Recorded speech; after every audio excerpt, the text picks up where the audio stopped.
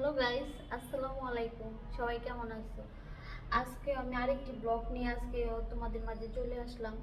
তো আজকে ব্লগে থাকবে হচ্ছে তেহরি রান্না করা, আর আমি এই প্রথম তেহরি রান্না করব।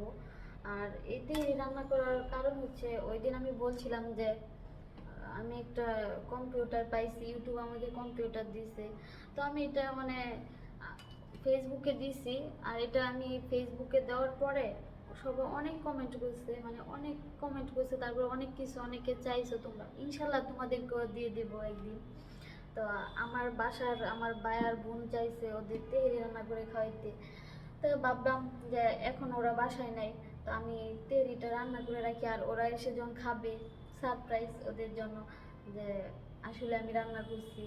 আর এই প্রথমবার, আমি আগে কখনো তেহরি রান্না করি নাই, জানি না কেমন হবে। তো এই প্রথমবার আমি তেহরি রান্না করব। তাই তোমাদেরকেও দেখাবো, মানে তোমরা একটু বলবা যে আসলে কেমন হয়েছে আমার তেহরিটা।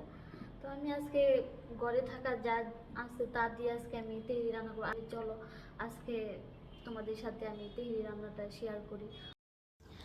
তো এখন আমি সব কিছু রেডি করে রান্না করতে চলে আসলাম। আর প্রথমে হচ্ছে আমি মাংসগুলা মানে পরিষ্কার করে তারপর এটাকে একটা কড়াইয়ের মধ্যে দিয়ে দিতেছি। আর এই মাংসটাকে আমি অনেক ছোট করে কেটে কেটে নিছি, কারণ হচ্ছে তেহারি রান্না করার জন্য মাংসটাকে ছোট করে কেটে নিতে হয়। তাই আমি মাংসটাকে ছোট করে কেটে নিছি। এখন আমি মশলাগুলো দিয়ে দিতেছি। আর এখন দিয়ে দিলাম হচ্ছে আদা রসুন একসাথে বাটা ছিল, জিরাটাও আমার বাটাই ছিল। তো আমি এই দুইটা দিয়ে দিলাম। আর এখন দিয়ে দেবো পেঁয়াজ কুচি। তো আমি এখন পেঁয়াজ কুচিটাও দিয়ে দিচ্ছি। এখন হচ্ছে আমি মশলাগুলো দিয়ে দিতেছি। আর এই মশলা হচ্ছে মানে মরিচ, হলুদ, ধনিয়া এই তিনটেই দিতেছি, তাও আবার কম কম করেই দিলাম। কারণ হচ্ছে আমার আবার বাজারের কিনা রাঁধুনি মিক্সড যে তেহেরি মশলাটা ওইটা আবার আছে, তার জন্য আমি এখানে এই মশলাটা কম দিলাম। তো এখানে হচ্ছে আমি সয়াবিন তেলটা দিতেছি, যদিও আমার কাছে সরিষা তেলটা নাই, ওইটা দিলে বেশি মজা হইতো। আর তেহেরি তো সয়াবিন তেল দিয়া এত রান্না করে না কেউ। তারপরও আমি দিলাম, যেহেতু আমাদের বাসায় এখন নাই। তো আমি এখন হচ্ছে গরম মশলা দিয়ে দিলাম, তেজপাতা, দারচিনি, লবঙ্গ, এলাচ এগুলা। আর এখন আমি এটাকে ডেকে দিলাম। আর হচ্ছে আমি এখন কিছুক্ষণ পর আবার ফিরে আসলাম। আর এখন আমি এর মধ্যে দিয়ে দিব ওই বাজারে কিনা যে মশলাটা, তেহরির মশলাটা, এটা বাজারে পাওয়া যায়। রাঁধুনি মিক্সড এই মশলাটা সবসময় সব কিছুর জন্যই ভালো। তো আমি রাঁধুনি মশলাটাই দিয়ে দিলাম। আর এখানে হচ্ছে আমি মশলাটা পুরাটা দিই নাই, কারণ হচ্ছে আমার মাংসের পরিমাপটা কম ছিল, তার জন্য। তো এখন দেখেন হচ্ছে আমার মাংসটা এখন হয়ে গেছে আর কি তেহরির জন্য। তো আমি এখন হচ্ছে একটা পাতিল বসিয়ে নিলাম। আর এর মধ্যে হচ্ছে পরিমাণ মতো একটু তেল দিয়ে দিতেছি। আর কারণ হচ্ছে আমার মাংসতে অনেক তেল ছিল, তার কারণে একটু কমই তেল দিলাম।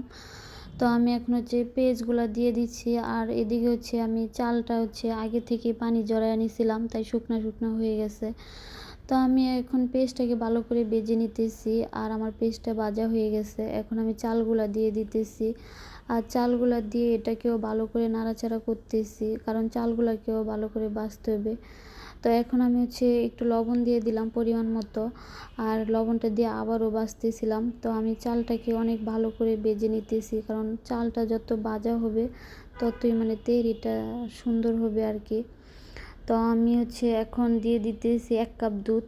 আর হচ্ছে এখানে আমি এই এই কাপ দিয়ে 4 কাপ চাল নিছি, তাই 8 কাপ পানি দিতেছি। মানে যত কাপ চাল বা যেটা দিয়ে নেন এর ডাবল পানি দিবেন। তো আমি এখানে হচ্ছে 1 কাপ দুধ দিলাম আর 7 কাপ হচ্ছে পানি দিলাম, তা হয়ে গেল 8 কাপ আমার। তো এখন এই সবগুলা পানি দিয়ে, আর এখন আমি এটাকে আশেপাশে যেগুলা লেগেছিল তা সব পানিতে আমি নামিয়ে দিতেছি। আর এটাকে এখন আবার ডেকে দিতেছিলাম, কিন্তু আমার ছোট ভাই হচ্ছে আয়সা বলতেছে যে ও ভাবছে রান্না হয়ে গেছে, বলতেছে এখনও তোমার রান্না হয় নাই। তো আয়সা দেখে রান্নাটা হয় নাই। তো এখন হচ্ছে আমি মাংসটা দিয়ে দিলাম। আর আমার এই পোলাটা যখন একটু বলক আইছিল তখন আমি এর মধ্যে মাংসটা দিয়ে দিলাম। আর দিয়ে এটাকে আমি ভালো করে মিশাচ্ছি। তো আমি এটাকে মিশিয়ে তারপর কিছুক্ষণ রেখে দেব। আর এখন হচ্ছে আমি এটার মধ্যে কিছু কাঁচামরিচ দিয়ে দিলাম। আর আমি এখন আবার চলে আসলাম, কারণ হচ্ছে আমার তেহরিটা হয়ে গেছে। তো আমি এখানে 20 মিনিট অপেক্ষা করছি, যদিও আমি ভিডিওতে দেখাই নাই। তো আমি এখন 20 মিনিট পরে চলে আসলাম, আর দেখি আমার তেহরিটা আসলে অনেক সুন্দর হয়েছে। আমি ভাবি নাই যে আমার তেহরিটা আসলে এত সুন্দর হবে। এই প্রথমবার আমি তেহরি রান্না করলাম, তাও কীভাবে এত সুন্দর হলো আমি নিজেও বুঝতেছি না। যদিও আমি রান্না পারি, তবে তেহরি কোনো সময় আমি রান্না করি নাই। যাই হোক, কোনো কাজ আসলে ধরলে ঠিকই পারা যায়, তো চেষ্টা তো করা লাগে। তো আমিও চেষ্টা করছি, তাই এত সুন্দর হয়েছে। তো আমিও আপনাদেরকে হচ্ছে কাছ থেকে মানে দেখাবো যে আমার তেহরিটা কেমন হয়েছে। আর অবশ্যই কিন্তু আমার তেহরিটা দেখে বলবেন, যে কমেন্ট কিন্তু করবেন যে আসলে আমার তেহরিটা কেমন হয়েছে।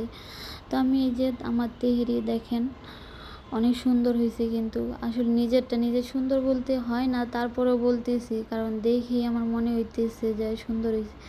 আর এখন হচ্ছে তেহরি খাওয়ার জন্য একটু সালাদ করব। তো আমরা হচ্ছে সালাদ বলতে শসা কেউ খায় না, তো শুধু খালি টমেটো দিয়ে সালাদ করতেছিলাম।